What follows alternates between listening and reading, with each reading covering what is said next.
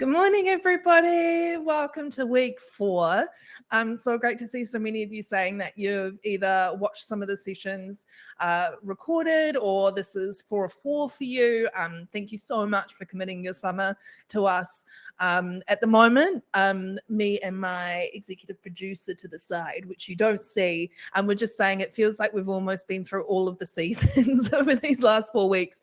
We went from sitting in a frying pan to now where it's this is the perfect level of temperature that I like, around 24 degrees, and I'm not in a frying pan. I apologize, I'm a little bit sick today, so I'll try cough away from the camera just so that you don't catch it. But let's get started. So for anyone that hasn't been here yet, just a quick little bio. My name is Sophie. I'm from Firmcheck, which is an AML compliance software. Got to do the plug. And I'm your community and events manager. I create events like this for you guys to collaborate and learn and things like that. So it brings me great joy when you are all chatting because it feels like I'm sitting there with you. Summer school is really quick and snippy. We move quite quickly. I'm just giving you a high level overview of these topics so that you get enough to walk away and feel like you've gotten something without spending too much time. But we also have our education courses that we've recently released that you can go in and dive into topics at more of an in-depth level. So I will bring this up. So summer school's based off the maturity model that Firmcheck created. I put the document in the handout section just before we went live. So if you'd like to dive in a little bit more or you've not come across it yet, that document is very hefty, but it goes into everything in a greater detail. So we are at level 4, which means next week's our last week. It truly feels like it's been a marathon, but I've enjoyed every part of it. So level 4 is where AML compliance starts to get a wee bit more fun. Do we dare say? It's where AML compliance in some ways can start to work for you. So you're putting in measures that allow you to save time. Maybe you're talking about charging clients for AML onboarding. Maybe you're doing more when it comes to automation. AML compliance becomes less of a burden when you're at level 4. So what do those kind of elements mean? So you're doing more when you're at level 4 than just being compliant. As I said, it's working for you and it's easy. So the words that you'd less say is like, oh, AML compliance is such a burden, or it's so annoying, it takes so much of my time, it's such a hassle. It's just kind of part of your ingrained processes. You are training your staff are really confident, they're talking about AML. You're diving into the data as well that you're getting from your AML compliance to better understand who your clients are, maybe what additional services that you can offer them, those sorts of elements. And maybe you have a compliance team. I know many of you here are bookkeepers, but if there's more than 1 or 2 or 3 or 4 or 5 of you, maybe it's no longer you that's looking after it. Maybe you have a MLRO or a compliance officer. The burden is shared amongst many.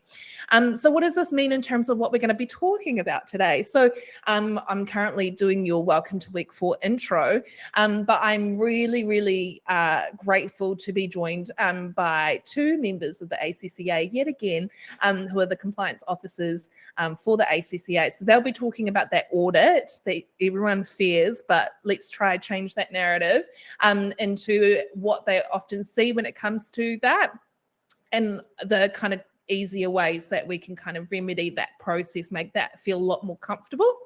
We'll be talking about building your firm's tech stack with Emilio from Heat and Ventures. I'm really enthused about that. That's my wheelhouse. I'm not an accountant or a bookkeeper, but I come from an operations background and a tech background, and have implemented the software that we use at Firmcheck, which I always find ironic that a software provider also uses other software. We'll be talking about building the firm of the future, which is an aspirational name with David Norris from 2020 again. And we'll also be having a panel talking about engaging clients in AML. I have heard that sometimes when approaching your clients, asking them for their driver's license, their source of funds, source of wealth, identity documents. Sometimes that can be a little bit just disjointed. So we'll talk about how you can approach that. If you haven't yet registered for week 5, maybe register for week 5. That's the one I've been looking forward to the most. We'll be talking about how can you outsource your AML compliance, and should you. We'll be talking about crypto and AML compliance, and I've just finished writing that course and I found it fascinating, to be honest with you. It's a area that can be unlocked with a wee bit of work. And we'll be talking about AI and AML, and I'm really passionate about it, not just being another bloody talk about AI. I promise it's relevant to you. How can you use AI for AML? And we'll be joined by an expert. That concludes my intro. And so I will be inviting on the stage Aaron and Lawrence from, as I said, from the ACCA. They are the senior supervision officers for AML at the ACCA. And as I said, they'll be talking about how to maintain effective AML compliance. So we'll bring them on stage. Hi, Lawrence. Hello, morning all. Good morning. Is it? Oh, yeah. Then we've got your partner coming through as well. How are we going? Good morning, everybody. Good morning. I always find whenever talking to people who work in AML in the day-to-day that we can just yarn all day, which would be a joy because we all have the same problems. But I will walk off the stage. I'll bring up your slides as well. The slides will be available to download at the end of the session if that's all right with you guys. And I'll leave you to it, but I'll be in the background if you need anything. Does that sound all right? Absolutely. Thank you. Perfect. I'll bring up those slides and then I'll work away. There you go. Thanks. So, guys, thanks for joining us today. So, my name's Aaron Gill. I'm a senior supervision officer at the ACCA, which is the Association of Chartered Certified Accountants. We've also got with me my colleague Lawrence, who's a supervision officer, together in our team. So just to tell you a little bit about ACCA, first of all, guys. So ACCA, we're coming up to our 120th anniversary this year. We've been around 120 years. We've got over 240,000 members at present. That's individuals. And then we've got 540,000 future members worldwide. So these would be members that are currently going through the examination process of becoming a qualified accountant. So the purpose of today is to kind of go over what you can expect from a compliance review that we come in and check AML framework, etc., and just kind of make you aware of the things we look for, what we kind of check, what we assess, etc. So if we could have the next slide, please. So again, next slide, please. So this is the overview of the AML supervision. So if we look at the UK framework, so you guys are probably familiar with most of these. So we've got the UK framework essentially consists of 3 main legislation. So we've got the Money Laundering Regulations 2017, Proceeds of Crime Act 2002, and then we have the Terrorism Act. Now, the ACCA being a AML supervisor, we're actually overseen by an arm of the FCA called OPBAS, which is the Office for Professional Body Anti-Money Laundering Supervision. Now, what OPBAS do is they essentially supervise the supervisors. And so what they do is they carry out their ad hoc reviews of us, what we do, and making sure that we are keeping our members up to scratch in terms of making sure that our members are up to scratch with their AML framework, making sure they've got controls in place, etc., and making sure that we enforce where needed. So OPBAS are responsible for 22 different professional body supervisors. These would consist across the accountancy sector and the legal sector. So they are the supervisors of the supervisor. And then next slide, please. So what do my team, Lawrence, etc., what do we do? So essentially our core function is to conduct AML compliance reviews. So that's arranging times with the money laundering reporting officer of the firm to make sure that they've got time, etc. We usually carry out an interview with the MLRO. We ask for documentation, and we would carry out the review and then write a report, etc., if there's things that need to be fixed. So what we do is we carry out those reviews. We currently have 7,000 firms that we oversee. And in addition to the compliance reviews, which is our core kind of responsibility, we also do risk assessments. We look at suspicious activity reports that can be submitted to us, and then we would investigate that. We report to the National Crime Agency if needed, depending on the type of report that's come into us. We also assist our technical advisory department on any changes with AML legislation or any kind of new developments on the scene, just to keep our members informed. We interact with our investigation adjudication teams as part of any enforcement process, and we also do intelligence sharing with supervisory authorities and law enforcement agencies. Next slide, please.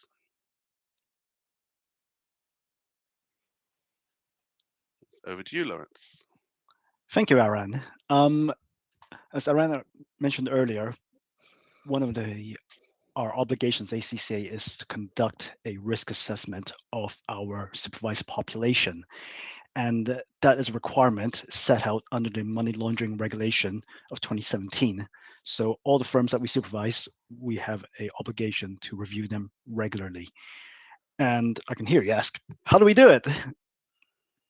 Quick answer to that is that we send them a risk assessment questionnaire to all the firms that we supervise.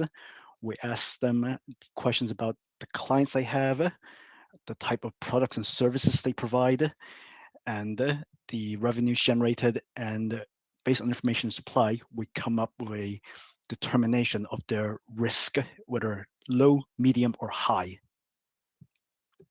And how they are assessed determines how often we review them. So if it's a high risk firm, obviously we do it more regularly, medium, not as much, and low, maybe further in between reviews. Is there anything you'd like to add to this, Aaron? No, that sounds perfect to me. Cool. Moving on to the next one. So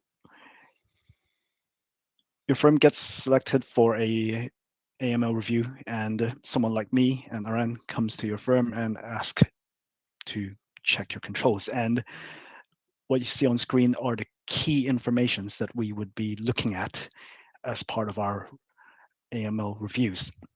The firm-wide risk assessment, policy and procedures, customer due diligence and record keeping, suspicious activity reporting, and training.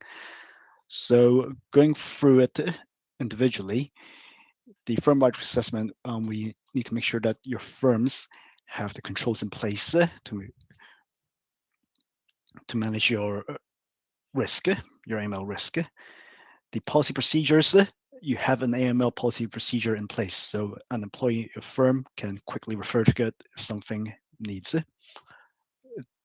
acting upon. So for example, if they need to make a suspicious activity report, they should be able to pick it up, read it, and go, oh, that's what I need to do. Customer due diligence and record keeping. So that is a requirement that firms are required to do a customer due diligence, or CDD, when they take on a new client, and regularly review it based on the risk. And we expect records of it. So the old days where you just write back a cigarette package, no, there's actually a formal process we expect you to go through and record information. Suspicious activity reporting. This is a very, very important one. We need to be able to see that the firm has a procedure in place. They know what to do, and where applicable, examples of previous suspicious activity reporting they have referred on when they found something, just to show that the procedures are in place as actually being applied. And finally, training. We need to see that the firm are regularly keeping their staff up to date with their AML training, because it's a constantly evolving situation. We need to make sure that they are aware of the risk that the firm is exposed to and what to do. And to remedy that, I think training is the best way forward. Is there anything else you'd like to add, Aaron? Yeah, just going a bit further into those key controls that we look at. So, for example, with firm-wide risk assessment, we wouldn't expect that just to be done once and then left behind. So, essentially, that's something that should be done on a regular basis, ideally annually, just to have a look at your clients, your products, your services. Where are your clients based? What are the what industry are they involved in? What risk does that kind of open or expose the firm to? So those kind of things should be noted. That should be signed off by the money laundering reporting officer. And then we have policy and procedures. So with policy and procedures, there are a lot of these off-the-shelf kind of manuals you can get, and you fill in the gaps, etc. But what we look for is to make sure that that's tailored to the business, day-to-day dealings of the firm. So does it reflect what you actually do in practice, and not just a one-size-fits-all? Customer due diligence, like Lawrence said, we look for making sure that firms are maintaining customer records. Is there ongoing monitoring in place? So, are you looking out for on a regular basis, depending on the risk assessment of that client, whether there's anything that's changed in circumstances of the client? Are they doing what they said they would in terms of revenue? Have there been any kind of suspicious, anything that's kind of untoward or doesn't fit the customer profile? Those kind of things. And then again, record keeping. So, are you keeping up to date with IDs and proof of addresses, etc.? And are you collating that information once a client has been onboarded successfully? Suspicious activity reporting, again, rightly so. We look for making sure that there's a process in place, employees know what to do. For example, is there a form to be filled in, or is it a chat with an MLRO and then one would submit an email, for example?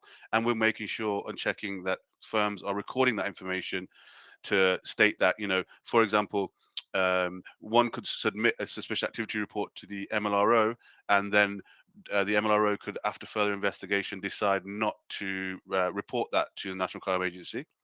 We'd be looking for rationale to say why it wasn't reported further. So record keeping in that sense is very important. And then finally, in training is very important. So things we look for, red flags. So are employees aware of what to look out for in terms of things that kind of would appear not so in line with the business, for example? Do they know about different AML typologies? Are they aware of what to look out for? And then also, training has to be done on a regular basis. Exactly like Ron said, it's always evolving kind of landscape in the money laundering world, shall we say. And it's very important to maintain training records. So what training was done, whether who's taken the training, and make sure that the training is sufficient for the role of those employees. And that's all from me. Thank you. Thank you. Moving on to the next slide. So from our most recent risk assessment that we conducted, these are the key findings. 379 firms haven't done their firm-wide risk assessment. 410 did not have a AML policies and procedure in place, and 1,362 did not have not risk assessed their clients. This is quite a high figure, and we're working to bring that down. That's why we do our regular risk assessment. That's usually prompted our firms to go, oh, we need to do something about this. Anything you'd like to add to this, Aran? Just in terms of that risk assessment there. So I think what we're saying with those 1,362 firms is that they were not risk assessing their own clients. So one of the questions we ask in our risk assessment is whether firms are risk categorizing their clients and how they go about doing that. And this essentially would in turn categorize a client for high, medium, low, exactly how we would with our firms. So that was 1,362 firms that weren't doing that. And so it's something that we're obviously pushing for our firms to start doing and categorizing risk. And we can move on. So we'll give you a moment to kind of just go over this, but in brief, I know there's a lot of information there, but essentially what we're trying to point out here is the cost of getting it wrong is not just financial. There are so many other implications that can occur. So, for example, you've got the number one is the regulatory penalties and fines. I'm sure a lot of you've seen in the media how firms can be fined thousands, millions, and the hundreds of millions for AML failures and breaches. That's one of the big penalties for firms. But not just that, the cost of putting things right. So you could be given a suspension on your license, you could be revoked, and then you've got the reputational damage. So loss of client trust, and the publicity. These things will stretch far and wide in the landscape of the media, and it's often very hard to kind of build that trust back up with your clients and customers. And then again, operational disruption. So this is the cost of getting it wrong and having to put it right. So the cost of putting those right are going to really kind of dampen operations, and it's essentially what could have been prevented in the first place had AML in general been taken seriously and not being seen as almost like a ticking exercise, etc. And we can move on then to the next slide. Again, these are more kind of examples of the cost of getting it wrong. And like I said, it's not just financial. So under the Proceeds of Crime Act, individuals within a firm, so managers, etc., directors, they could be held criminally liable for facilitating or ignoring. So, almost brushing or things under the carpet, or just not realizing or not being trained to a standard and not being able to identify these money laundering activities. And then again, going back to that negative media, a loss of business opportunities, and not being able to kind of build that business and carry on with kind of BAU. So I think in conclusion, what we're saying is that the money laundering itself, it's not just getting the paperwork right. It's not just us carrying out our reviews and making sure things are in place. I think what we need to consider is that the wider impact on society itself. So money laundering affects so many areas, from child trafficking, drug trafficking, human trafficking. We've got predicate crimes that stretch far and wide. So we need to make sure that we're preventing fraud, tax evasion, and all of these things are connected to money laundering. So I think recent figures have shown that 5% of the world's GDP is laundered. That's around 1.5 trillion pounds worldwide. So essentially what we're saying is it's better to have these controls in place, because accountants in general can be seen as professional enablers, because we work in that industry where we can be kind of wittingly or unwittingly involved in these activities. And if we have the right controls in place, our people are trained up, and we do everything to the best of our ability in terms of keeping those things in place, keeping updated with the landscape, we can, together try and fight this financial crime game as much as we can. And if we just got the next slide, please. Again, here, just our contact details. That's our email for our AML inbox. And then also we have our webpage. Now, I'd probably direct everybody to the ACCA Technical Activities webpage, because on there we have our financial crime guides. So we have fact sheets. So these are things that can help with your AML policy and procedures, your firm-wide risk assessment, training, and give you kind of guidance and straight talking facts. And it's very short and punchy and kind of to the point. So hopefully that'll come in use for everybody. And that's completely free, by the way, guys. So yeah. Other than that, Lawrence, is there anything you wanted to add? No, thank you. I've got nothing further to add. Okay. Well, in that case, I'll thank everybody for their time. Thanks for listening. And back to you, Sophie. Thanks. Just back to you, Sophie. You made me feel like a news reporter. So thank you so much. Appreciate that. Awesome. Thank you so much. There was a few questions that came through. I saw Lawrence said that you guys might get back through to answer some of them if that's okay, if you don't mind staying on Sure. in the chat Okay. for a little. Oh yeah, sure. Yeah. But I'll say goodbye to you for now, if that's okay. And thank you for that. Like, I think I was having a look through everybody chatting there. I think sometimes these sessions are really good to give people a go of being like, actually, I am doing okay. And it's like sometimes it's the devil that you know or the devil that you don't know. And like hearing some of those stats, it's like, actually, I am doing that. So it's not as bad as I thought, but there's still some gaps that people can work on sometimes. So there's two sides of the coin. Either it can make you feel like you like got some people that are also not getting it, or you're acing it. So I appreciate that. But I'll leave you guys there. But thank you for your time. I really appreciate it, as I said a million times. No problem. Thanks for having us. Have a good day, guys. Bye. Bye-bye. Okay, cool. Awesome. So some things from that session we've already talked about at summer school. So I was like noting them down. So I hope you guys know who OPBAS is now, and that firm-wide risk assessments are one of the a really important part to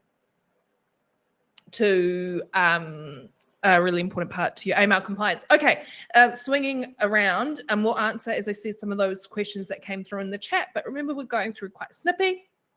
I'll be inviting on Emilio now from Heat and Ventures.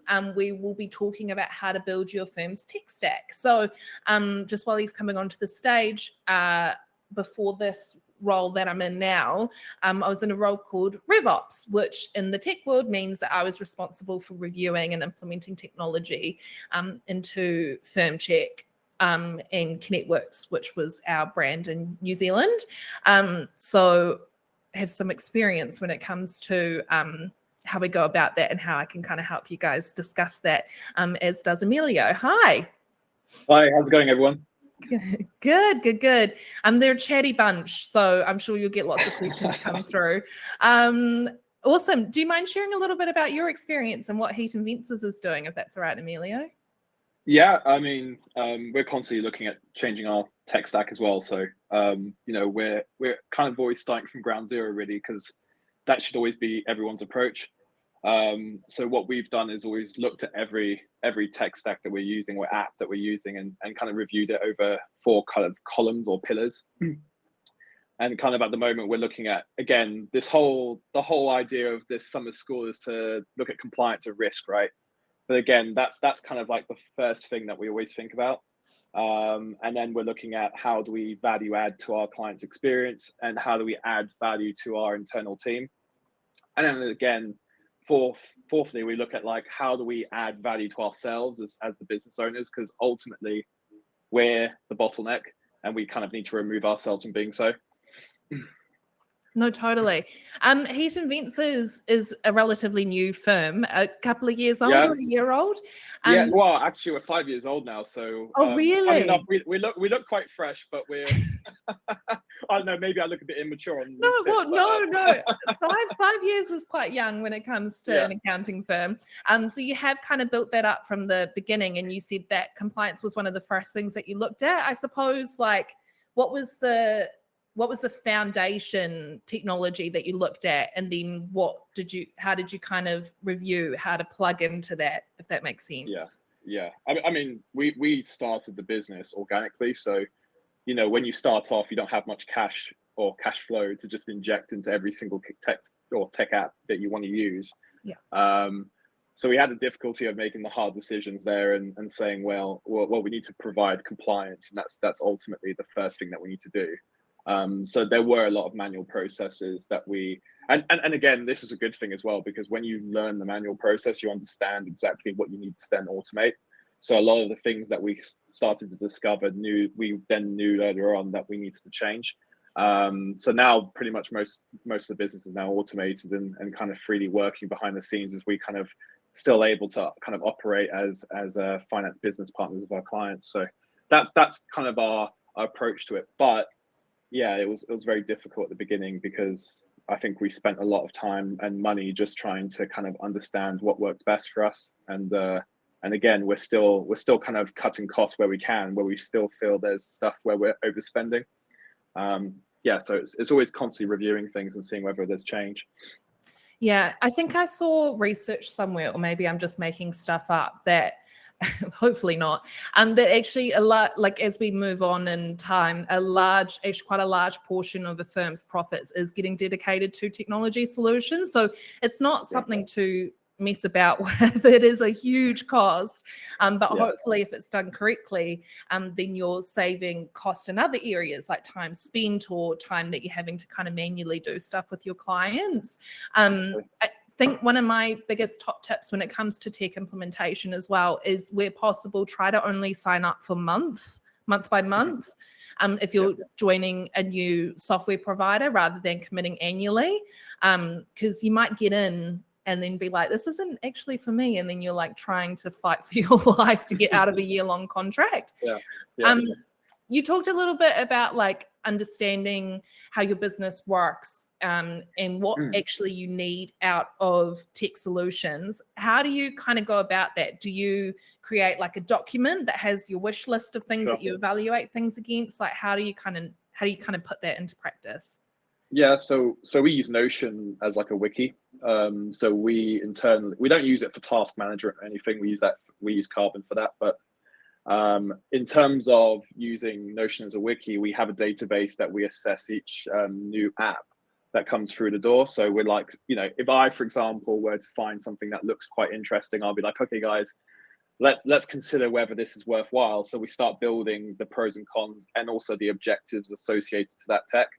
So it's like, I think everyone kind of wants to use the new shiny thing that's on the market. And let's be honest, there's so much oversaturation. It becomes quite exhausting to keep up. So what we've tried to do is nail down and consolidate a lot of what we're trying to do, because actually having too much is actually going to actually create more havoc and less control. So what we're trying to do is literally just have a database that we're analyzing every new app that we may be wanting to use and assess whether or not it's going to fit within our tech stack. Now that's going as far as to think about, okay, going back to the 4 pillars, right? Like how do those objectives link to those pillars? How do we make sure that all those people that are involved, all stakeholders that are involved in that process, are being impacted by that use of tech? So everything has pros and cons. You're never going to find the perfect software out there. It's not possible, but everyone's going to make their best effort to try and make it 99% solid, and the 1% where things fall through the cracks. I think with what we're trying to do is make sure that in the short term we try and assess whether those objectives are being met. So we always look at feedback. So as well as like going on there, we treat it as if like we're looking at our team. We treat the same thing with our software providers as like thinking about, okay, if something's not working, we want someone else to let us know whether it's not working in the team. So it's kind of like a niggle sheet in a way. You're kind of always reviewing it to make sure that those standards are being met, because ultimately I always think about our software providers kind of being part of our team rather than being like segmented off it. So it's kind of like you got to feel like there's a whole flow of people being joined together in terms of like this whole bundle of, or this circle of people. And then ultimately from a long-term perspective, we review it quarterly to make sure that that's actually, that feedback is actually being utilized by the software provider and is actually being implemented with those changes. Because if ultimately something's not working and the feedback's not being taken in, then ultimately you're wasting your time, right? Because it's a two-way street. Someone's got to respect you back for the time that you're devoting to them. You're paying them that subscription fee every month. You need to be it needs to be worth your time to be able to get as much out of it as possible. Yeah, and I think something people forget is like you're paying the software provider too. So if you want or need something, then you need to ask that software provider rather than just kind of sitting and suffering, because you're giving them money. Like they need to work for it back. Sometimes that's in new features, or maybe I know at Firmcheck, like sometimes we help with like document importing and things like that. So I really like what you say about having that dialogue with the software provider. And I think for me, like when I'm reviewing software, or in the past, like if I'm looking at something and I'm dealing with their salespeople and I'm like, this salesperson's a knob, I can't stand dealing with them. They're not answering the questions that I'm asking. I don't want them as a teammate. And then they go in the bin and then I look for someone else, because you have to have like this good relationship and like be able to have that conversation. And I know with Firmcheck and Heat and Vents, like we often have quite a dialogue, and we've gotten your feedback on the product, and then working on the background, what that means, what that looks like. And it benefits you at the end of the day, right? Like ultimately Firmcheck is going to scale their services by having more different features available on the platform. So ultimately, things that you may have not thought of, it's an opportunity for all the users, even in this chat right now, 194 people. It's there. Those people are really where you get the most value from. Yeah. Because they're the people that you get the most feedback from it. So, worthwhile. I suppose actually I'm going very off topic. Like smaller software partners, say as Firmcheck as an example, like we've been in the market almost a year versus maybe the big dogs like maybe Ignition or Bright or Xero, the biggest dog of them all.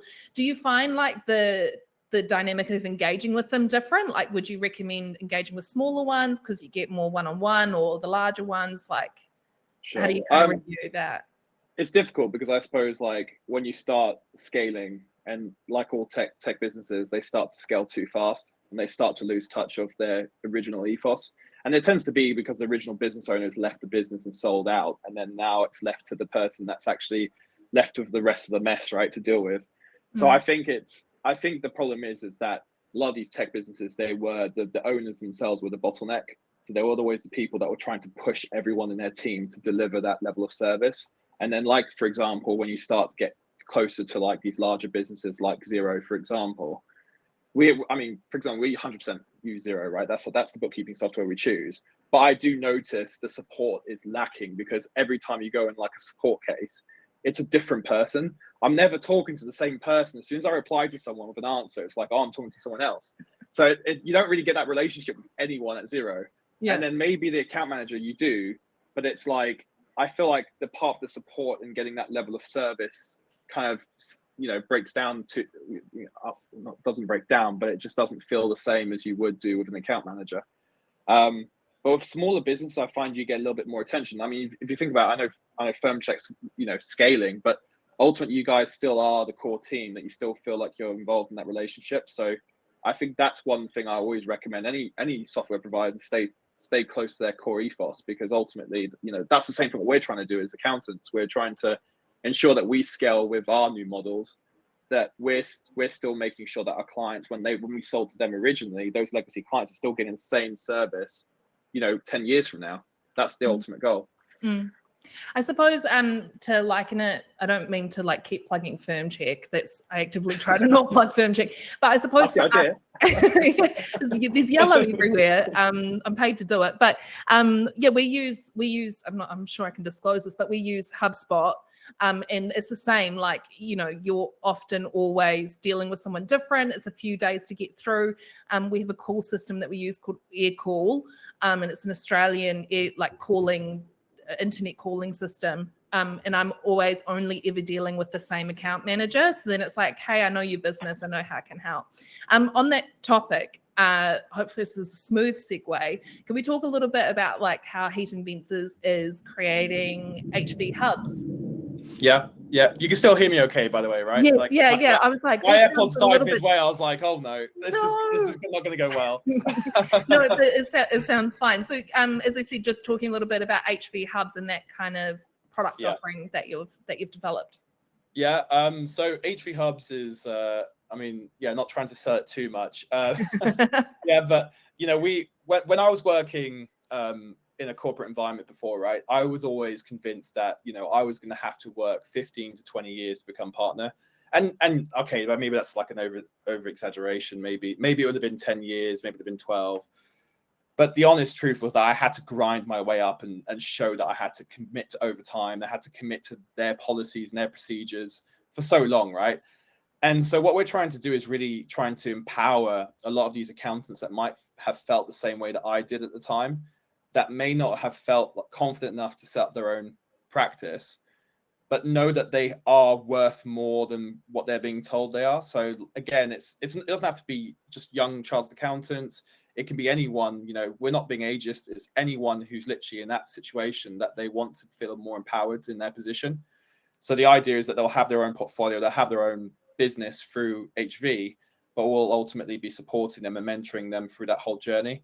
And a lot of people say, oh, are you creating a franchise? Well, the difference with a franchise is that, you're left to your own devices and, you're given the tools, but really we're trying to talk more about how we're consulting these new business owners that are joining us to make them feel like they're empowered to make huge decisions, as well as feeling like they can have full financial freedom. So the idea, the scale is that they can ultimately, maybe, receive around 100 to 150K, income per year, not just revenue, but actual income in their actual pocket, take home pay. to be able to actually generate, you know, an actual livelihood for their families, you know, a lifestyle that they probably didn't think of before, and not having to work overtime, you know, having that flexibility, having the team, having the resources behind you to just do the things that you really want.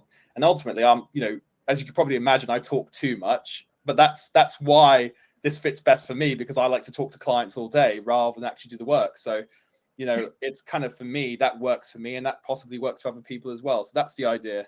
And yeah, we've got a waiting list now, and it's yeah, we've got several signups already looking to learn more about it, but it's yeah, just trying to push it as much as we can. Yeah, I think we've got perfect. Thank you. A pop-up for that as well, just to come up to be put on the wait list. I think how it's applicable here is that that HV Hubs will also help you build your tech stack too. And like, as everything that we've just said here, doing that takes a lot of time, reviewing knowledge. Sometimes if you've not done it before, it will take you actually quite a long time. So to have that kind of mentor, or that people who've done it kind of sitting next to you and being able to go back and forth, I think is really, really important. And that's why I like the idea of HV Hubs, to be honest, because it was, I think we talked in our pre-call, we were hoping it would save like about, what do we say, a year of firm development, we were hoping. Yeah, exactly. Yeah. Which, you know, when you rather than 5-6 years, you're straight there, right? And I think the main thing is, because Joseph and I, when we start the business, we're very entrepreneurial. Yeah. We're trying to push the, you know, new ideas constantly. So the people who are setting up their business within HV are also going to experience those changes. They're going to always feel like they're at the forefront of the technological changes, the process changes, the people changes. Anything that has an impact on your business is ultimately going to be fought at the top. And then, you know, that's what we hope to build a community around people, really, because that's the main thing. It can be quite lonely in business. Yes, and last week we had quite a few people being like, I'm a sole person. It's just me. So it is nice to have kind of a community around you if you don't have those co-workers. I will just check just to make sure that pop-up comes up. It just suddenly disappeared, but we'll leave that quick snippy chat at that, if that's okay. We'll just pop in the chat if you want to keep in touch with Heat and Vents and Emilio himself. If there was any tech questions, we can answer them, but thank you so much for your time and talking about this knuckly subject as well. Tech implementation. Thanks for having me. No, perfect. Thanks for your time, Emilio. We'll see you later. See you later. Bye. Bye. What happened with that pop-up? It disappeared. Anyway, we'll sort it out in the loo break. We'll go to the loo break right now, 5 minutes. And then when we come back, we will have a session on how technology can enable the firm of the future with 2020, but we'll be back in 5. Thanks, guys.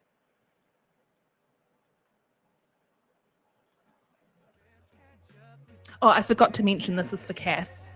We are the new generation. Walking, this is an open invitation. Dress up and enjoy your time, then it's up to the next in line. See, I'm from the most beautiful place in the sun. Me said the long white cloud. Me said the long white cloud. Oh, la, la, la. Full of trees in the mountains so green. We can't get enough of it. Pleased to meet you in this beautiful country. Bless up in the long white cloud. Over here we say Kiora, Kepe ya Anakwe. In response we say Chema Maure. What a one, this is the new generation. Welcome, this is an open invitation. Blessed love people of Aotearoa. Pandibidi dang. See, I'm from the most beautiful place in the sun. Me said the long white cloud. Me said the long white cloud. See, I'm from the most beautiful place in the sun. Me said the long white cloud. Me said the long white cloud. Oh, la, la, la.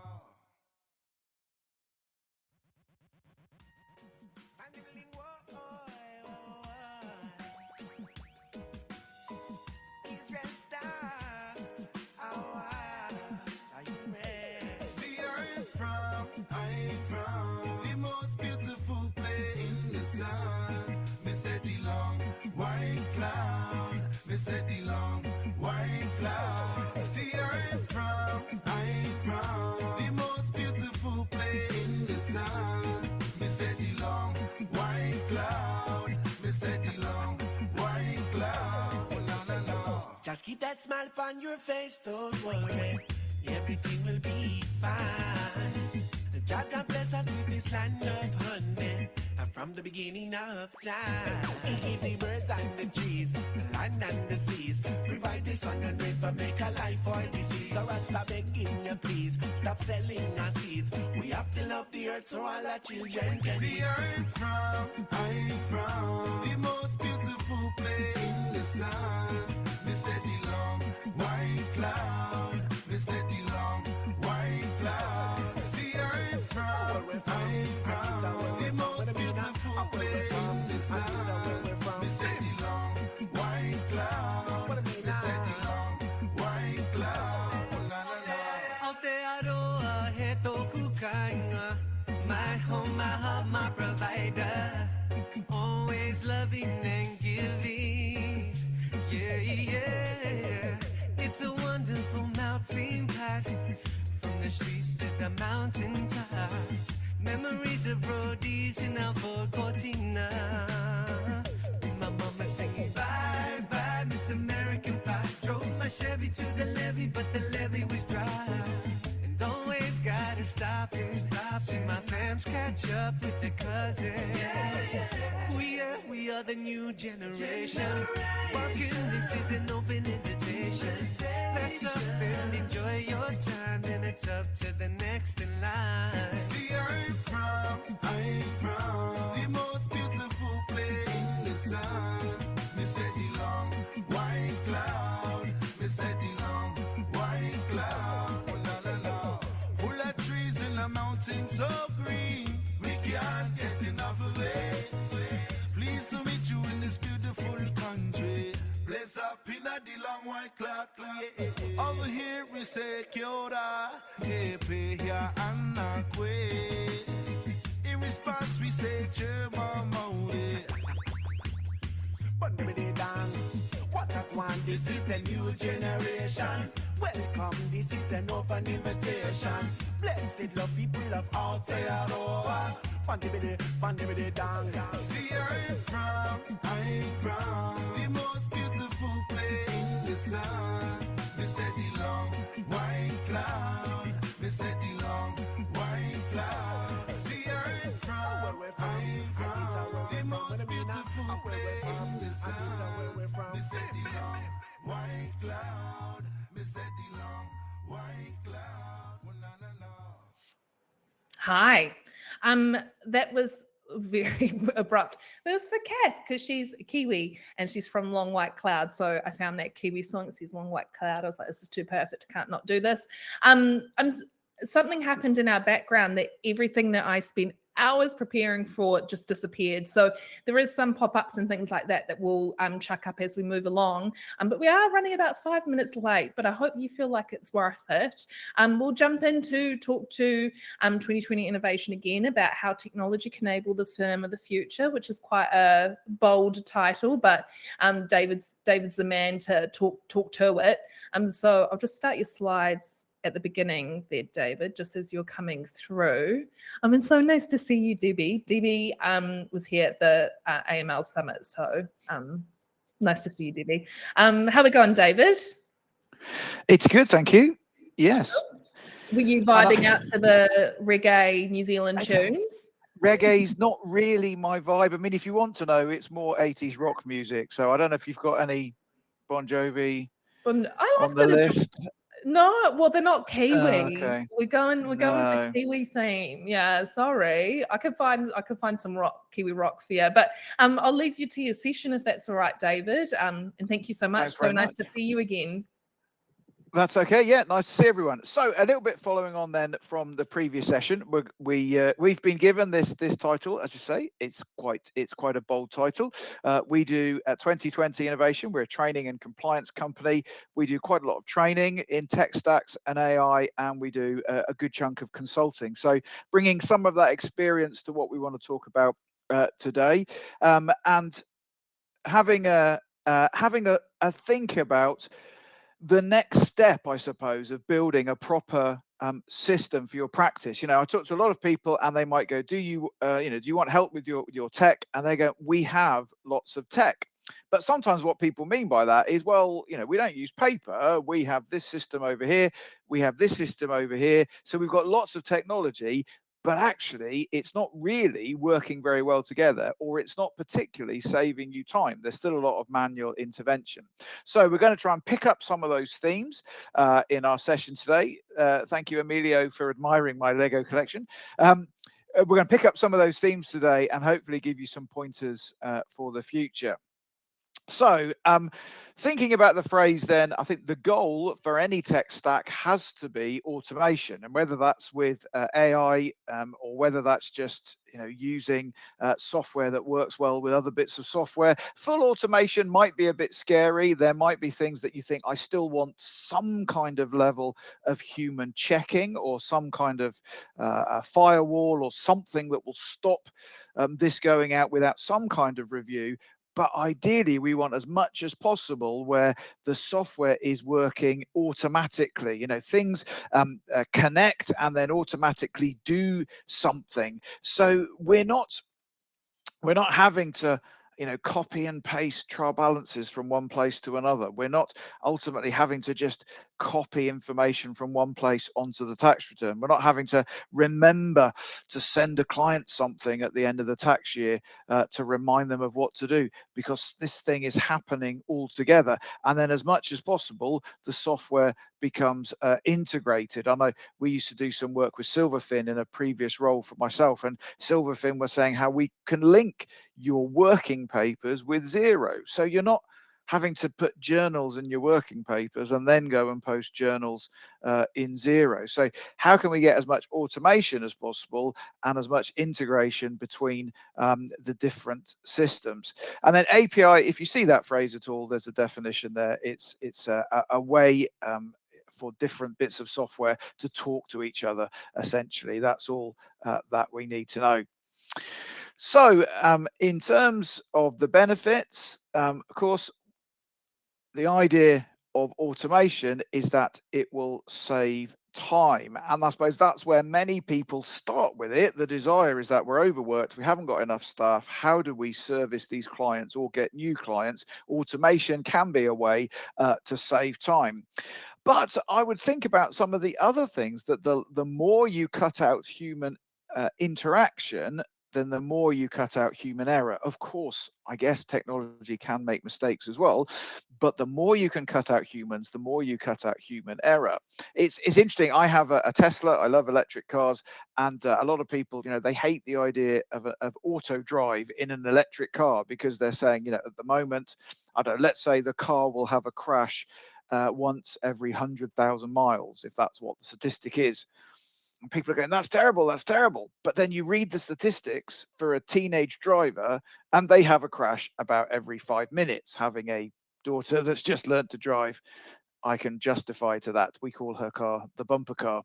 And so you think, actually, while technology may make errors, how many errors do humans make? Can we actually get better client service by reducing errors, speeding up the answers to certain questions, getting the clients better availability? And then, of course, in terms of scalability, you're not suddenly thinking, as our business grows, our customer service is going to start to struggle because we don't have enough staff for these extra clients. It's much more likely that an automated system is going to be scalable. So things that you could automate, increasingly we're seeing people automate payroll processes, automate things like diary appointments, automate preparation of tax returns from information, automate responses to client, whether that's a chat bot on the website or something like that. These things can be incredibly useful. Of course, the more that you integrate data, I suppose that's also a time saving, but you want consistency of data, you want to reduce effort, you also want to reduce error. You know, the amount of people that still, I find, get an email and then type that email into something else. You know, can you drag it into your calendar? Can you send it? You know, we use an expenses software. If I get an invoice, I just email it to the software, and the software then loads it into our accounting system. You shouldn't be retyping. That stops error. If you can do it automatically, and it does speed things up, you end up with real-time reporting of your bills. So a few thoughts then, if you're going to start looking at building an app stack. The way we tend to do it is think about process, and this is one model that we've used with some firms. You can break it down however you want. Often looking at the whole thing is probably too much, because if you end up with 100 to-dos, then you won't do any of them. So it might be better to break it down, and we'll talk about onboarding, because clearly there's an element of focus on that in this summer school. But you could break it down into something like that list there. And if you are going to break it down and think about a process journey, then do try to come back to not what do I do, how can I make that better, but what am I trying to achieve? How can I make that better? Even with onboarding, what am I trying to achieve, rather than going, right, I've got to verify, I've got to get a copy of the passport. How do I make that better? I've got to enter their details on the database. How do I make that better? The danger is we just try and reproduce the current manual processes, whereas what you want to do is take a bit of a step back and say, actually, what am I trying to achieve? Well, okay, I want to make sure the client's happy, the client is connected to me. I want to make sure I've captured everything I need so I can decide if I want them, as well as them deciding if they want us. I want to make sure I've done a risk assessment. That might be a commercial and a reputational risk assessment, as well as an AML risk assessment. So you want to try as much as possible to be thinking, what am I trying to achieve in this, before you start going into the details. So, okay, if I want to achieve compliant onboarding, or if I want to get a risk assessment, how can I do that? What's the best software on the market? What processes do I need to pick up to make that work? And so some of the processes within that overall objective are going to be under these headings. You might be thinking about things like, how do I do a proposal? So I don't want to send out engagement letters in Word anymore. How do I get a proposal to the client, and how do they approve that? Yes, we've got money laundering compliance, so we've got a risk assessment. I'm going to then think about professional clearance. How can I do that as efficiently as possible? We're going to need to set them up on the database, but what am I trying to capture? What does that mean? I want to know about the client.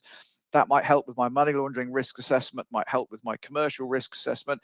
It might help with cross-selling. So how can I capture all that background information? And then, the client's also got software. So what can I do with that software? How can I connect to that software and make the best use out of that client's software? How can I connect them to the firm? Are there internal people that I need to introduce? Is that a Teams meeting? We need to get something in the diary, something like Calendly or some kind of app to book in your calendar maybe. But I want to make sure this client is connected, and I've got different people delegated to connect and make the client feel welcome. Those kind of things, it's really important to think about as part of the onboarding process. So thinking about the process then, why is it particularly important to do it for money laundering? Well, it can feel pointless, let's be honest. I know we're in week 4. I suppose we're supposed to be being very positive, but money laundering can feel like a pointless exercise. Some clients are okay with it, but some can feel that it is a very tedious thing, and it can be difficult to charge for. I know that lawyers particularly, they have a different relationship with clients, don't they? Because it doesn't tend to be a recurring relationship, but lawyers often do charge onboarding. So there is a real desire to get technology involved in the AML process because of those blockers. So what can we do? What are the benefits of IT? What are we trying to achieve? I think we want to make it feel good. We want to make the client feel good, and often that's lost. I mean, I'm trustee of a charity, and we went with one law firm, and they said, we only do our onboarding by people bringing in their passports, and then you manually sign an engagement letter. And it's like, okay, but our trustees, some of them have full-time jobs and they work all over Devon. How is that going to work in getting to you? So in the end, we fell out with that lawyer, went to another one, and they said, no problem. All your trustees need to do is download the app. We will then send them all the information where they can just take a picture of their passport and do the biometric checks, and then we will get them a copy of the engagement letter in the app, and they can verify it at home. And not only is that practically better, but I now feel really impressed, connected to that firm, and they haven't done anything yet. And so actually good technology, it does make it quicker, easier, cheaper for you. It can also really sell it to your clients. So it can feel slick. It can create a great customer journey. Can you capture some more stuff as part of that journey? I mean, one thing our lawyer didn't do is they didn't particularly ask us any background information. Can you make sure you capture some of that so the background becomes part of getting to know the client? The client feels liked, and that can then lead to cross-selling or potentially looking at any other services. And the more that you can control that with technology, then of course it's compliant, but it's also consistent. So you don't have different partners or managers, different offices doing things differently. Okay, perhaps that's enough about money laundering for this section or onboarding. Other things to think about: have you got any quick wins that you can use with your clients with technology that you've got already? My colleague Billy, who does much of the consulting for us in this area, she said Xero released a stat that only 36% of Xero licenses currently have bank feeds up to date. And that's got to be a challenge. It's a bit like I said before, I suppose people have these bits of technology, but they're not using the automation and the integration that's in there. So that could be a very simple win for a lot of firms in showing how they're working hard to help clients have up-to-date information that they can then access. Other things that we tend to consider as must-haves for firms looking to progress: some kind of client portal, perhaps, or at least some kind of e-signing. Emails are not a great method for communicating secure bits of information. So some kind of portal or some kind of mechanism where you can get e-signing done is generally speeds up signing accounts, tax returns, engagement letters, and so forth. Some kind of electronic working papers is really helpful. It could be something like My Work Papers or something like Silverfin, where you could have some consistent compliance in there, but ideally something that integrates with your cloud bookkeeping software on one end, sort of synchronizes back to the client, but perhaps something that also pushes out to your tax and annual account software, particularly for companies or something like that. OCR, have you got a mechanism for OCR for scanning information in and the system being able to recognize it? The most commonly is for things like Dext for expenses and bookkeeping, but there are other software doing that. I think Iris and others are looking on software where they can capture information from emails and PDFs and put it straight into tax returns.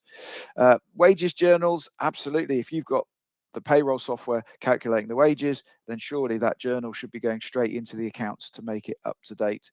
Auto mail, so I suppose that's more for the firm reminding clients, have you got good auto mail? There are practice management systems and sort of AI driven rules you can have to do that, that can say, okay, the records are due, let's send them out, or the client's asked me a question, let's send it straight out. It could be you do something by tax deadlines. Of course, you might want to intercept that and change it, but I have seen some great example of kind of AI powered email generation where you can even tell it what your style is like, how aggressive or informal or formal. Maybe aggressive is the wrong word, but you can really control that, and that must be a way of speeding things up. If you're looking for integrated software, I don't know a tremendous amount about it myself, but the platform Zapier, for example, one of my colleagues uses a lot when talking to clients.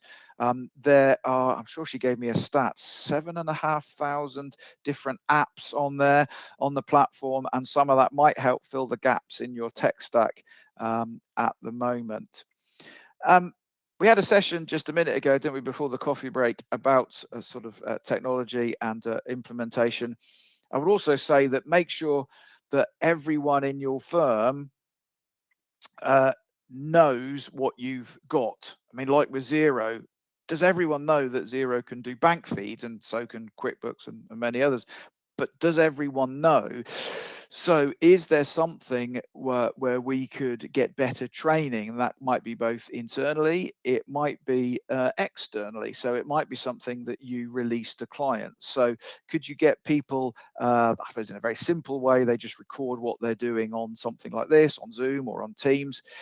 You could use something like Scribe that can automatically create these step-by-step guide. You do it, and then Scribe creates it for you.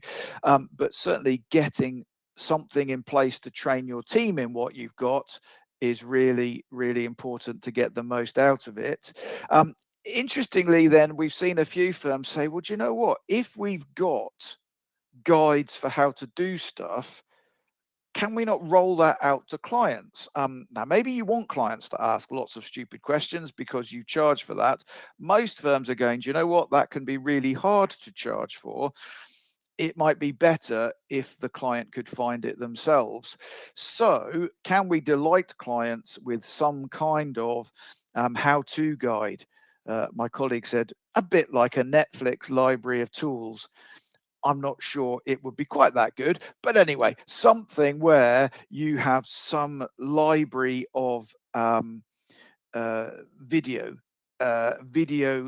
FAQs or something that can be very helpful. Of course, you could have a chatbot or something on the website that is feeding these based on whatever questions the client asks, but some kind of library of videos that this is how you do stuff. How does the client find out how much tax they owe? How does the client log on to Companies House and do something? What does it mean when the government says the personal allowance has changed? Those kind of videos can be very effective.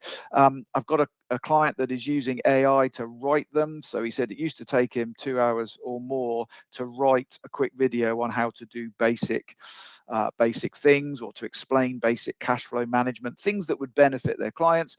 He now uses ChatGPT and it writes the notes and slides instantly, and then he tweaks it and he can record it.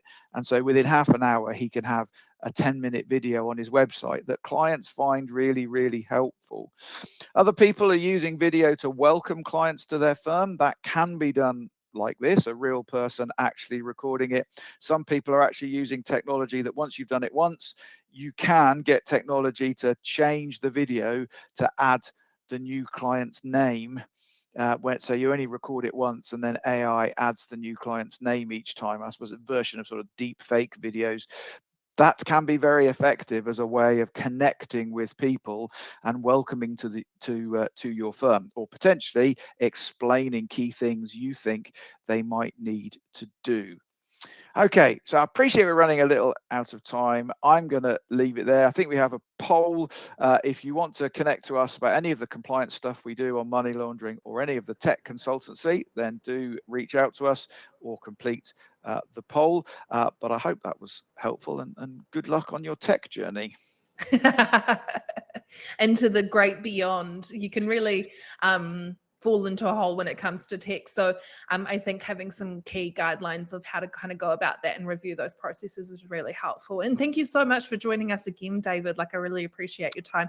No and problem. Elise as well, even though she's not here contributing to that presentation. So yes, there is the slides there for you guys to download if you'd like. There's also a poll there if you'd like to talk to 2020 further about how they can help out your AML compliance. But we'll leave it at that. If that's okay. But thank you so much, David. Fantastic. There was, and I've lost it. Oh, hi, Kath. There was a comment from Jennifer where she said, I think we all need this talk before each bookkeeping event. It's easy to come away overspending and spinning with overwhelm. And we need to remember that size of our businesses sometimes aren't one size fit all. And I agree. The solution that your friend uses isn't the same for you. And you do need to have a think about actually what your business needs and how you're going to use it and how much you're willing to spend in terms of cost or what features that you need. Sorry, I'm starting to wither away. Okay, we have a panel now talking to engaging clients in AML compliance. We have Joe from the Six Figure Bookkeeper. We have Joyce from River Bookkeeping and Bookkeepers Detox. And we have Kath Vincent from Long White Cloud Accounting, who will be my personal favorite, as she is the only other Kiwi who has been here for summer school. So she is instantly my fave.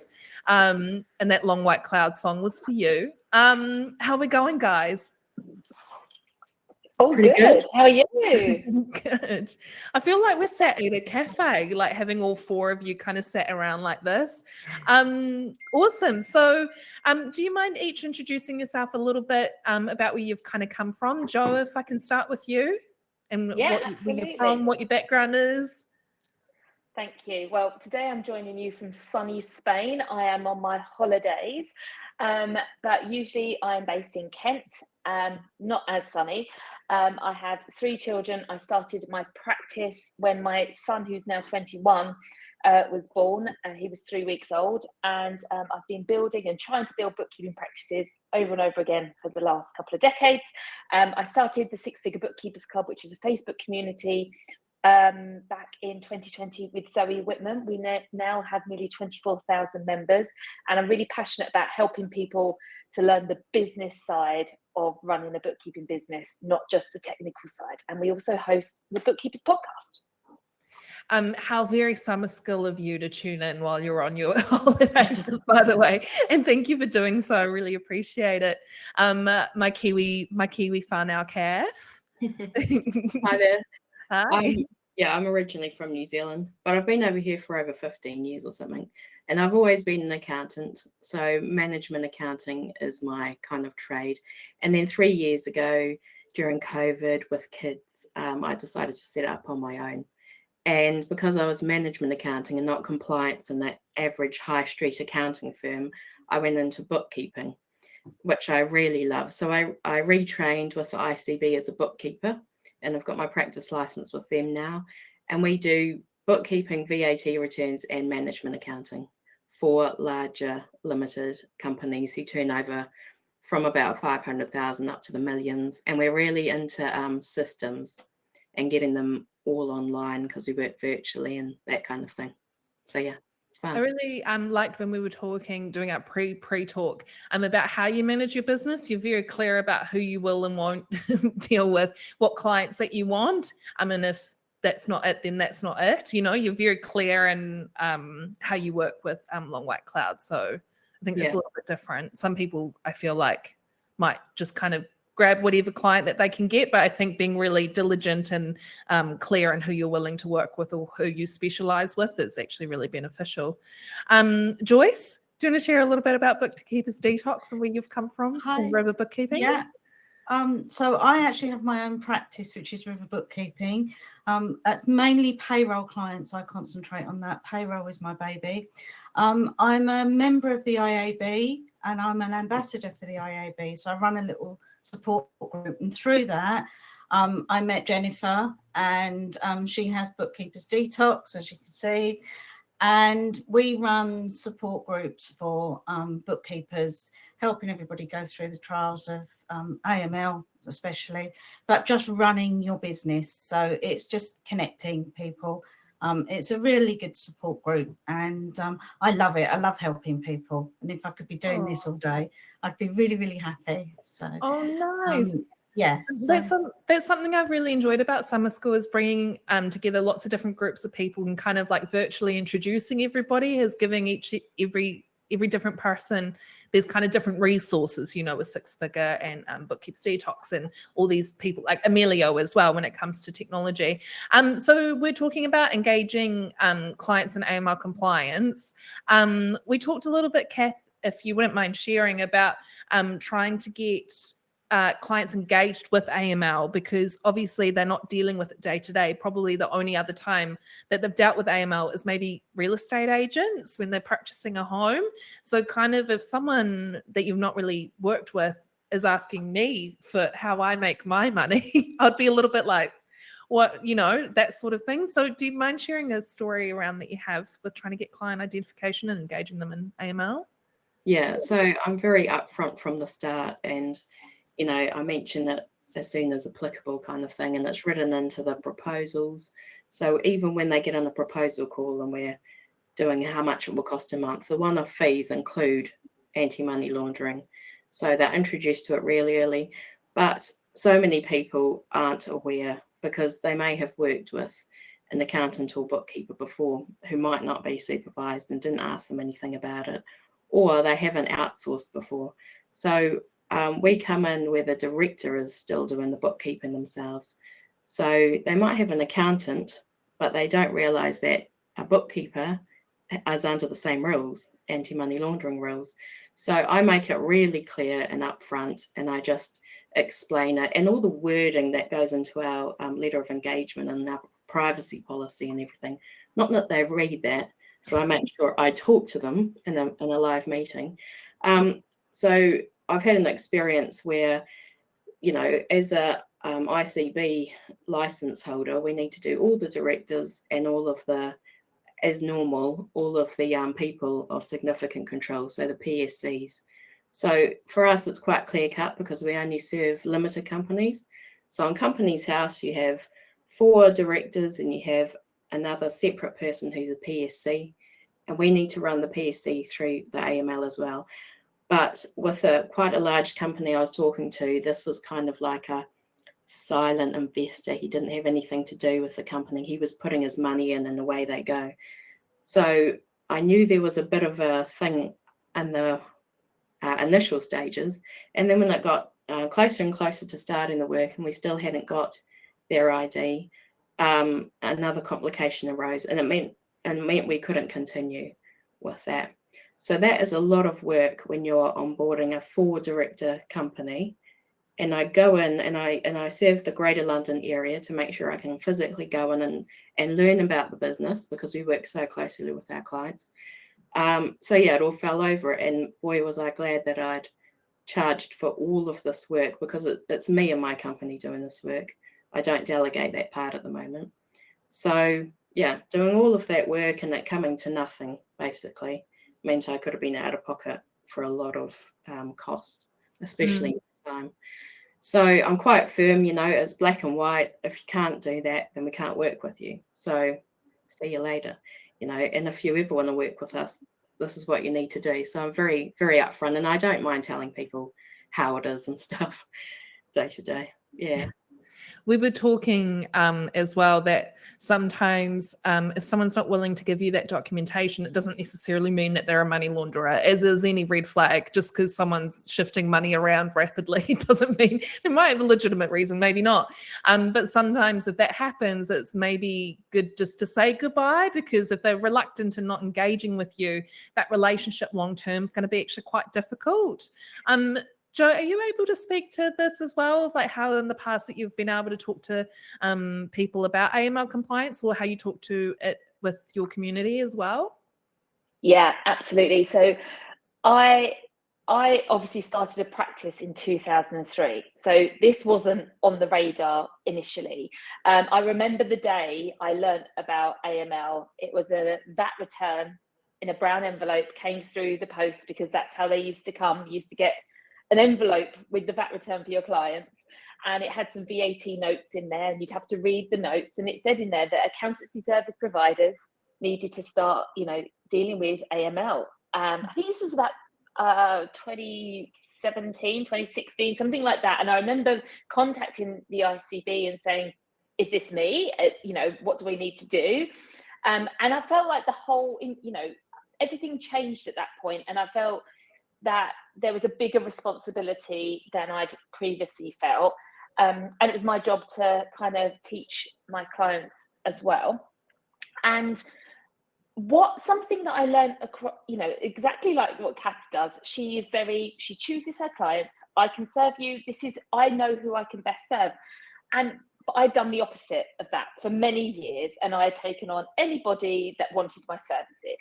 And I realized that that wasn't making me very happy because of multiple things, but also when your personalities aren't in line and in match, or values aren't, AML, if their values aren't the same as you when it comes to AML, then you have an issue. And something that I did, which was quite strange, and I talk about this, is that I only took on clients that were Facebook friends of mine. Now, that is a strange one, I know, but it really did help me understand them as people. And when I had an AML inspection, they were like, well, we've never come across this. But I'm like, well, I know what cars they've got and what holidays they go on and how they're kind of living their lives. It was because my client base was in across the whole the whole country. So I wasn't like, I couldn't pop in and see them. I was dealing with salon owners, and actually was discussing this last night, you know, salons, especially nail salons and barbershops are notorious for being cash only. And so I had to be really careful. So I joined a Facebook group of business owners that were really interested in marketing their beauty salon business. And then that was a Facebook group. And then I added them as Facebook friends. So that was my way of dealing with having a national virtual business, because these people were really investing their time and effort in business development, and they were following best practice. So that helped me but to have the conversation with them, exactly like you say, the only time we deal with it is thinking maybe banks, mortgages, solicitors. We don't often come across, and this is quite new, and they're thinking, why do you need to know this? But if someone is cagey at that initial point in the relationship, then I would take that as a red flag. Of course, they need to, of course, people can be like, why do you need, you know, my passport? Or, you know, that I understand that. So we have to get good at this relationship and the trust element. So yeah, I've taken a bit of a different way, but I've had 3 AML inspections over my couple of decades, and they've changed a lot as well. Over time, you know, they were initially physical. They were go and get every green folder that I had out of all of my stores back in the day with all the paperwork. And then I remember just putting them all on this massive boardroom table, and the guy sat there for hours looking through all of that. And now it's done online and very differently. So that it's always changing, as is this industry. I feel like, you know, the people that have been in the game since AML compliance came into the forefront, it's almost like, where were you when Michael Jackson died? Like, where were you when you found out that AML compliance was coming in and, you know, it changed your life? Or you just always remember that?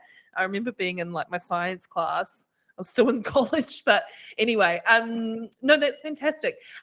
Is there kind of, for open to any of you here, is there any ways that you've been able to find, you know, when engaging with clients in this AML compliance, has there been kind of anything in doing that you've unlocked any additional information that you might not have come across before, or any additional ways that you've been able to service clients through this AML process? No? Vague question, sorry. There's the whole third country, you know, list of people you need to be aware of. So that was very good to know about, because if a client has a customer, I think Dubai or somewhere around there that got added to the list, and also another one escapes me. But then you be more aware of, well, is it physical goods they're exporting or importing, you know, customer suppliers, or is it services, and what VAT code, you know, digital services provided. So I think it all forms a puzzle, not really any specific additional services, but it's all very, very interesting and good for your background knowledge of your clients, because we serve a handful of clients really, really, really closely. So I think it all helps to understand their business. Yeah, I think it's beneficial. Yes, yeah, more holistic, right? And you kind of get to know them a lot better, down to the nuts and bolts of how much they paid for their house. Got it. Joyce, do you mind if I ask, you're also known as a payroll lady. Was it self-titled? Someone refers to you as that, right? No. Self-titled for when I phone my clients, because I will only speak to the owners of the company. So if the staff answer the phone, I always say it's the payroll lady, and then they miraculously find the person that wasn't available when I first phoned up. It's just sort of stuck, and I'm now I quite like it as a tagline. I'm waiting for someone to crown me as the AML lady, maybe one day. When it comes to payroll and AML, do you kind of, when you're dealing with that payroll side, is there anything kind of unique that you come across when engaging with those clients, or is it much the same?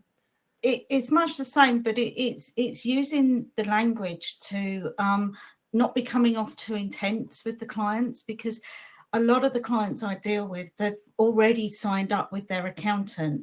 So they've already done the AML procedure with their accountant, and they're using me as an external source. So they're saying, why have I got to give it to you if I've already given it to my accountant?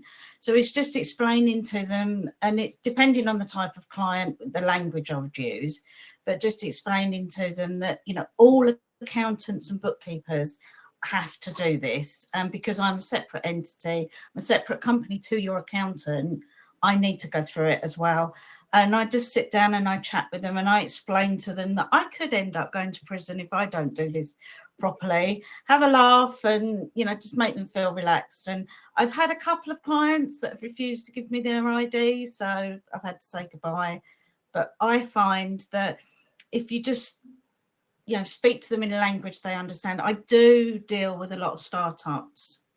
So that is quite interesting, because they haven't actually signed up for their accountant when they come on board with me. So then it's me explaining to them, you know, all that ID stuff you had to give to me, you've now got to do that again with your accountant. But because they've gone through it with me, they understand it.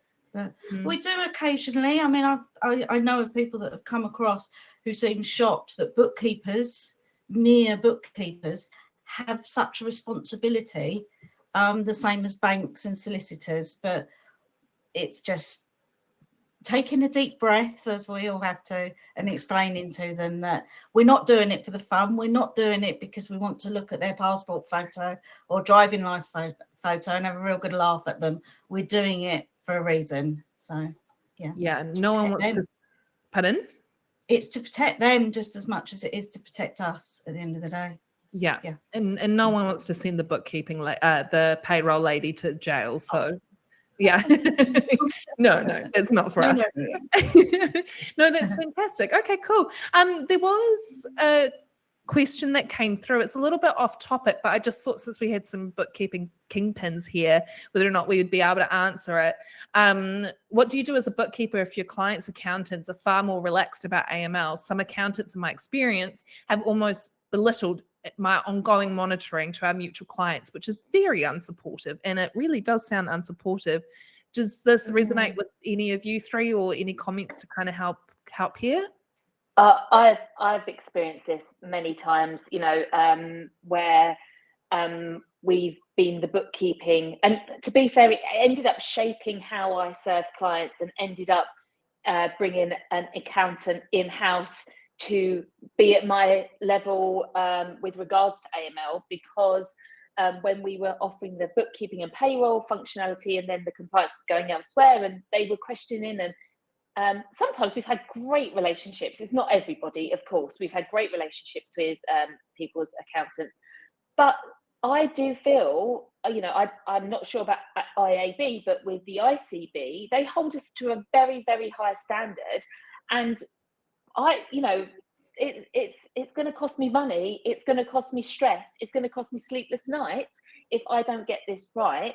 And exactly what Joyce said, it's about how we communicate it in a way so that they understand. And it's not, we're not trying to scare people, but at the end of the day, we are the closest people as bookkeepers to the numbers. And, you know, it's quite funny when I've seen someone on Facebook moved house, I'm like, oh, you need to update that passport or the driving license, and we need to update the AML. And it did help me. And but it's making sure that they understand. And when people understand, look, there are transactions coming in and out of your business, and we need to understand, because we can see this. I say, like, we're the front line of defense for HMRC against money laundering. And I know that you're a good person and that you're not, but people get scammed and accidentally, you know, fall foul to things all the time. And we're here to support them to keep, you know, their business going and keep them safe. But I have absolutely had experiences where people have played it down and said, oh, God, your bookkeeper's on one, you know, what, they don't need it, they're over the top. But maybe that's because, you know, they haven't got a governing body that's been supervised, or they've opted with HMRC and feel that they're not as, but I know with ICB, we are held to a very high standard. and our necks are on the line. So again, it's about finding the values that match. And of course, maybe the business owner doesn't understand it and will think, well, this is a pain. Why do you need to do this? So, but if they're not willing to listen, then maybe they're not a good match for you. Yeah, and that's something I'm hearing more and more, that I would hope more people adopt, that if, you know, when you're running your own business, you're in charge of your own business. So like if you are having difficulty with a client, jog on, like, or if you don't want to engage in a certain specialty, then you don't need to either, as long as you're covering your back and make sure that your business is running. But that's the whole point of running your own business, is that you have the freedom of choice of what clients that you bring on. Just to kind of conclude, so what we're hearing, and please add, when it comes to engaging clients in AML, is just putting it in simple language, simple terms. I'm doing this because I'm required, it's the law. And I think as well, ensuring that that person understands the security measures that you're taking to as well. I think, Kath, we spoke on this, that, you know, sometimes it's not appropriate to send a passport photo and an email address into a Gmail account, you know, that sometimes that can be what's reluctant, is that security of information, right? So simple terms, I'm doing this because I need to, but it's also doing it in a safe way. Yeah. I mean, you're setting the scene as well for your whole delivery of all your other services. So you want to be using, you know, something like Xammer to automatically collect it digitally, do a biometric if you need to. If I couldn't see a new client, I definitely do a biometric check as well on top of it. Mm-hmm. But yeah, you're setting the scene and you're becoming like this person that's got their systems organized. You're all organized. You take data privacy seriously, and it's safe and secure, and you can talk to that. And yeah, I mean, you want a person who's going to answer your questions and value you, because as bookkeepers, you know, weekly bookkeeping is our norm. We need stuff from our clients every week, chasing them up for missing information. You want somebody who's going to listen to your questions, answer you, and have an ongoing relationship, you know. So they need to trust what you're saying from the outset, I think, and value what you're asking them for, right? Yes, yeah, totally. No, I think that's perfect. I can't read while I'm talking, but there are so many questions and comments that have come through. You know, we did the AML Summit February this year. We're doing summer school as well. And from that, bookkeepers are the loudest bunch in terms of, this is what we think, this is what we want, this is what we need, engaging in education, talking. They'd be my favorite group. So I just want to say thank you to the three of you for joining today and kind of sharing this and your perspectives and experiences as well. But we've got some pop-ups to come through of like how to keep in touch with all these ladies. There we go. Perfect. Thank you. So there's the Six-Figure Bookkeeper group. There's the Bookkeepers Detox group. You can talk to Kath on LinkedIn as well. But we'll leave it at that. And I'll quickly go through the chat as well, see if there's any specific questions. But thank you so much for taking the time to join, guys. I'm very appreciative. Thank you. Thank you. Thank you. Thanks. Enjoy the rest of your summer. Enjoy your holiday in Spain as well. Thanks, guys. Thanks a lot. Bye. Okay, cool. Okay, so that's the end of the session. Did we finish on time? I think almost. Yay. Okay, so we'll there's a few pop-ups and things like that. Gentleman on the side, can I have my yeah, okay, cool. We're old dogs at this point, eh? We kind of know what's going on. It would be really great if I could hear some feedback of how you enjoyed the sessions, what was amiss, what would you do differently. These are lovely little nuggets for me to feel like really nice. People say really nice things, so thank you. But it also informs what we do in the future. That's already been planned. So I'm excited to talk to you about that. Actually, if you want to see us in person as well, we'll be at Accountex North or in Accountex Manchester, and it'll be Firmcheck's 1-year birthday. So it's a surprise, but come by at maybe like 11 a.m. to the stand. There might be some first birthday activities going on. But David Winch and myself will be on stage at 9:15 at Theatre 4. What else do I have for you? Yes, there might be cakes, David. Might. Is yours? I did so well. There's your CPD certificate right there. Please click on it, fill it out. I'll send it to you in an email. Can we push the poll for people to see if they want to look at Firmcheck? Firmcheck is an AML compliance software. It's really great. That it helps you manage. I'm not a salesperson, guys. Just join the demo and you can hear more about it. But you can do all your ID checks, your firm-wide risk assessment, client risk assessment, all that fallabaloo. There is free AML education courses that we've been working on. I'm a little bit behind at the moment. I apologize. I'm not able to record at the moment. What else do I have? Thanks, Kath, for being here. Was there any remaining questions that I can answer before any questions I can answer before we duck off? Maybe if we could, I can quickly show you again what we're doing for week 5. So if you haven't registered, you can still register. I have a feeling that people might be on holiday at that point. So if you register, you still get the recording. But we're talking about how to outsource your AML compliance, crypto in AML compliance, which as I said, I've just finished writing and I found that really fascinating. It could be a new revenue stream for you to unlock, and how AI can help. So if we could push the registration for that. Perfect. I think that's everything. I'll see you guys on the flip side. Hopefully we'll see you next week. And thanks so much again. Awesome. Have a good rest.